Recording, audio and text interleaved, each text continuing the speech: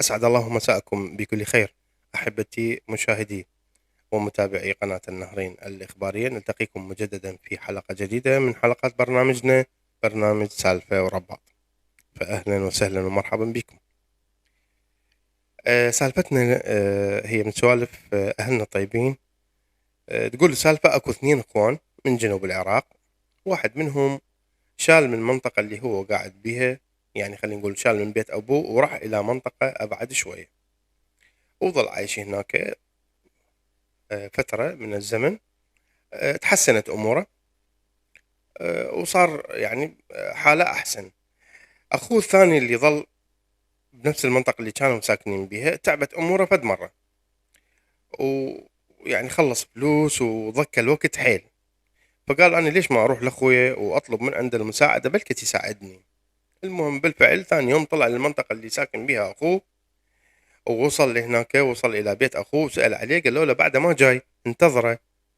فالمهم انتظره، ورا ما وصل أخوه بعد ما سلم عليه وضيفه، آه قال له أخويا أني جايك محتاج وتعبني الوقت وأموري صارت صعبة، فأريدك تساعدني.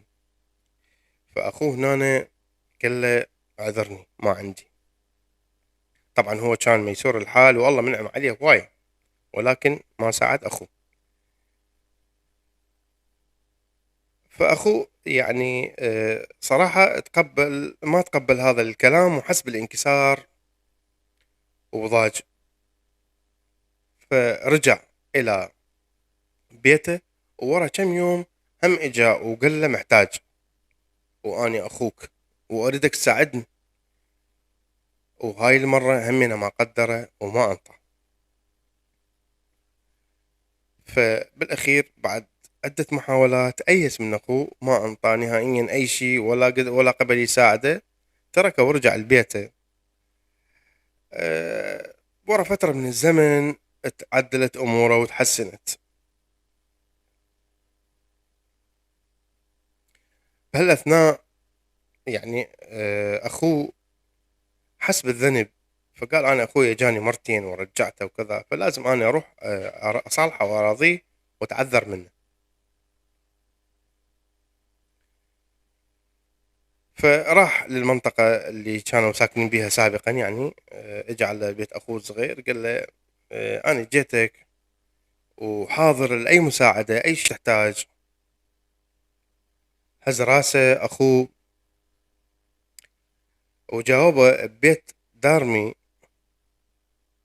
يقول للبيت كم مرة جي وانقاك وتقول لي لا لا، رد لا تشيله وياي حمل الله شاله.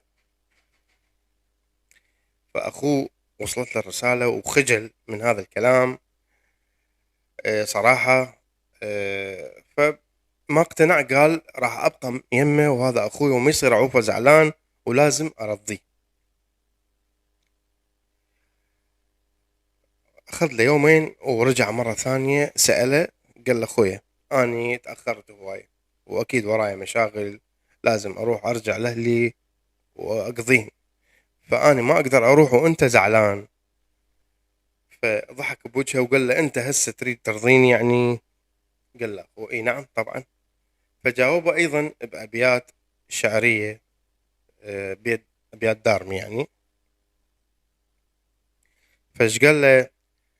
قال له ردتك بس تجي وحكايتي تنقال، ارجع لا تجيني الحمل كل انشال، انا من نخيتك مو بهذا الحال، اقعد نجسمها الخوه وكل من حمل عليه، اقعد نجسمها الخوه وكل من حمل عليه. طبعا الموضوع ما يشمل بس الاخوان، اللي هنا سالفتنا خلصت. وطبعا اتهم الاخو المقصود من هذه الأبيات الشعرية، ورجع لبيته وظل أخوه على نفس الموقف. هواي ناس من نحتاجها ونروح ندق بابهم، ومع العلم أنه إلهم مكانة بقلوبنا، ولكن يخذلونا.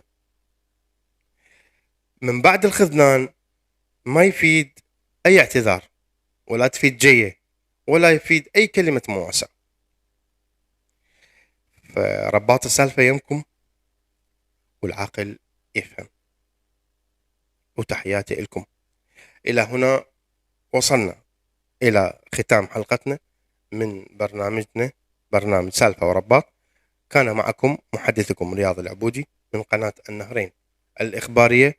نودعكم على أمل أن نلتقي بكم في حلقة جديدة من حلقات برنامجنا، ودمتم بألف ألف خير. في أمان الله.